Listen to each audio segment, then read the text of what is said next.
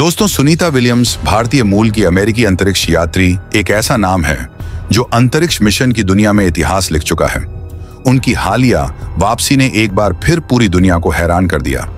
Sunita Williams ने अपने जीवन का एक बड़ा हिस्सा अंतरिक्ष अभियानों को समर्पित किया है। उन्होंने कई अंतरिक्ष यात्राओं में हिस्सा लिया है और अंतर्राष्ट्रीय अंतरिक्ष स्टेशन ISS पर रिकॉर्ड समय बिताया है। उनके अद्वितीय योगदान ने उन्हें दुनिया भर में सराहा है।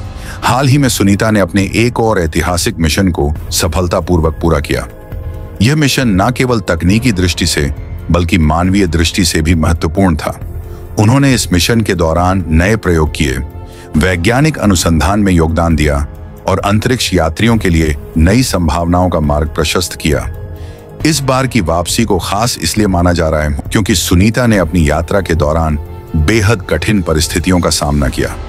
उन्होंने न केवल अपने मिशन को पूरा किया बल्कि आने वाली पीढ़ियों के लिए प्रेरणा का स्रोत भी बन गई। उनकी यह वापसी अंतरिक्ष अनुसंधान में एक नया इतिहास जोड़ने जैसा। सुनीता की वापसी ने पूरी दुनिया का ध्यान खींचा। सोशल मीडिया पर उन्हें बधाई देने वालों की बाढ़ आ गई। वैज्ञानिक समुदाय ने उनके साहस और समर्पण को सलाम किया। सुनीता ने खुद इस मिशन को अपनी जिंदगी का सबसे यादगार अनुभव बताया। उनकी यह यात्रा यह साबित करती है कि हौसला और कड़ी मेहनत के बल पर इंसान कुछ भी हासिल कर सकता है। सुनीता विलियम्स की कहानी न केवल अंतरिक्ष अनुसंधान बल्कि मानवता के लिए भी एक प्रेरणा है। यह कहानी सुनीता विलियम्स के अदम्य साहस और मेहनत का प्रतीक है, जिसने न केवल अंतरिक्ष विज्ञान में बल्कि लाखों दिलों में भी अपनी जगह बना ली है।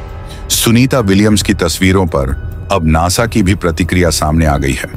हाल ही में आई रिपोर्टों के जवाब में नासा के अंतरिक्ष संचालन मिशन निदेशालय के प्रवक्ता जिमी रसेल ने स्पष्ट किया, स्पेस स्टेशन पर सवार सभी नासा अंतरिक्ष यात्रियों के नियमित टेस्ट किए जाते हैं। उनकी निगरानी समर्पित सर्जनों द्वारा की जाती है। सभी एस्ट्रोनॉट्स अच्छे स्वास्थ्य में हैं। बता दें कि 5 नवंबर को 4 क्रू 8 अंतरिक्ष यात्रियों जिन्होंने अंतर्राष्ट्रीय अंतरिक्ष स्टेशन पर 200 से अधिक दिन बिताए थे को पृथ्वी पर लौटने के बाद चेकअप के लिए भेजा गया था। वे 25 अक्टूबर को स्पेस एक्स ड्रैगन कैप्सूल के जरिए से फ्लोरिडा में उतरे थे। नासा ने पुष्टि की कि एक अंतरिक्ष यात्री को शुरू में चिकित्सा की आवश्यकता थी और कुछ ही समय बाद सभी चालक दल के सदस्यों को निगरानी के लिए अस्पताल ले जाया गया। दोस्तों, Sunita Williams international space station ISS में कई अभियानों का हिस्सा रही हैं और उन्हें अंतरिक्ष में 7 बार स्पेस वॉक करने का भी गौरव प्राप्त है। उनकी हालिया वापसी क्यों है खास? सुनीता विलियम्स हाल ही में नासा के आर्टेमिस मिशन का हिस्सा थी, जो चंद्रमा पर मानव की वापसी की तैयारी कर रहा है। उन्होंने इस मिशन में महत्वपूर्ण भूमिका निभाई। चंद्रमा के करीब एक नया रिकॉर्ड बनाते हुए सुनीता ने बताया कि यह अनुभव उनकी पिछली अंतरिक्ष यात्राओं से बिल्कुल अलग था। उनकी वापसी को लेकर सबसे चौंकाने वाली बात यह है कि उन्होंने अंतरिक्ष से लौटने के बाद अंतरिक्ष में बिताए समय का अनुभव साझा करते हुए कहा कि पृथ्वी का हर कोना विशेष है और अंतरिक्ष से इसे देखना आपको एक नया नजरिया देता है। वायरल खबर का सच। हाल ही में सोशल मीडिया पर यह दावा किया जा रहा है कि सुनील विलियम्स ने अंतरिक्ष से लौटने के बाद नासा छोड़ने का निर्णय लिया है और अब वह पर्यावरण संरक्षण और अंतरिक्ष तकनीक को और अधिक सुलभ बनाने के लिए काम करेंगी। हालांकि इस खबर की पुष्टि नासा ने नहीं की है, लेकिन यह जरूर है कि उन्होंने पृथ्वी पर वापस आकर मानवता के लिए नए प्रोजेक्ट पर काम करने की इच्छा जाहिर की है। सुनीता विलियम्स का भारत से जुड़ाव। सुनीता का भारत से गहरा जुड़ाव है। उनकी जड़ें गुजरात के अहमदाबाद से जुड़ी हुई हैं। अंतरिक्ष से उन्होंने भारत की तस्वीरें साझा की थी, जिन्हें देखकर देशवासियों का दिल गर्व से भर गया था। लेकिन उनके स्पेसशिप गोइंग स्टार लाइनर में कुछ तकनीकी खराबी आने की वजह से काफी परेशानियां आ रही हैं और इसीलिए सुनीता विलियम्स की वापसी एक बार फिर टल गई। हालांकि अब उनकी वापसी मार्च 2025 के बाद हो सकती है, ऐसा अनुमान लगाया जा रहा है। और जितना ज्यादा वक्त उन्हें लग रहा है, इस वजह से इसका असर उनके शरीर पर भी काफी पड़ रहा है। तो ऐसे में यह जानना बेहद जरूरी हो जाता है कि स्पेस में इंसानी शरीर पर इतने वक्त तक रहने पर कैसा असर पड़ता है और शरीर के साथ किस किस तरह। हाल ही में यूनिवर्सिटी ऑफ ओटावा में की गई एक स्टडी के मुताबिक 14 अंतरिक्ष यात्रियों पर स्टडी की गई है। इस स्टडी में ब्रिटेन के ब्रिटिश एस्ट्रोनॉट टिम पीक भी रहे। टम पीक खुद इंटरनेशनल स्पेस स्टेशन में 6 महीने बिता चुके हैं। स्पेस में रहकर उन्होंने अलग अलग सब्जेक्ट्स पर रिसर्च की। स्पेस स्टेशन में ह्यूमन बॉडी पर क्या क्या असर पड़ता है, यह जानने के लिए एस्ट्रोनॉट्स के ब्लड सैंपल्स लिए गए हैं। और जब रिसर्च रिपोर्ट आई तो पता चला कि स्पेस में जाने के बाद इंसान के ब्लड वेसल्स खराब होने लगते हैं और यह सिलसिला पूरे स्पेस मिशन के दौरान चलता रहता है।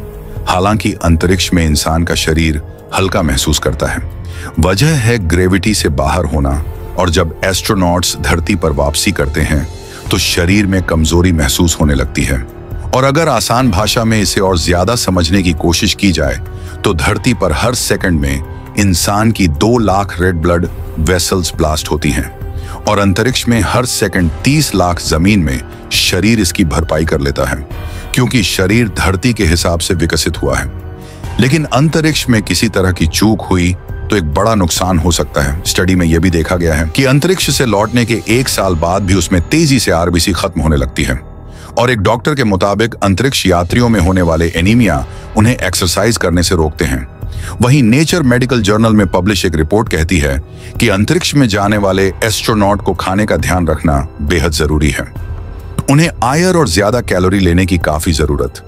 यहां तक कि नासा का कहना है कि धरती की ग्रेविटी से दूर होने पर इंसान की हड्डियों का वजन घटने लगता है, और यही अंतरिक्ष में हर महीने इसकी मिनरल डेंसिटी 1 से 1.5% तक कम हो जाती है। इंटरेस्टिंग बात यह भी है कि धरती पर वापसी के बाद जरूरी नहीं है कि वह सब कुछ वापस पहले जैसा इंसानी शरीर में हो जाए। ऐसी सिचुएशन बहुत रेयर होती है, इसीलिए फ्रैक्चर का खतरा भी बना रहता है। अगर वापसी के बाद उनका खान पान और वर्कआउट रूटीन बेहतर नहीं है तो और यहां तक कि मसल मास में भी कमी आ सकती है। नासा यह भी दावा करता है कि स्पेस में रहते हुए इंसानी शरीर 3 से 4 दिनों के अंदर ही लंबाई पकड़ लेता है।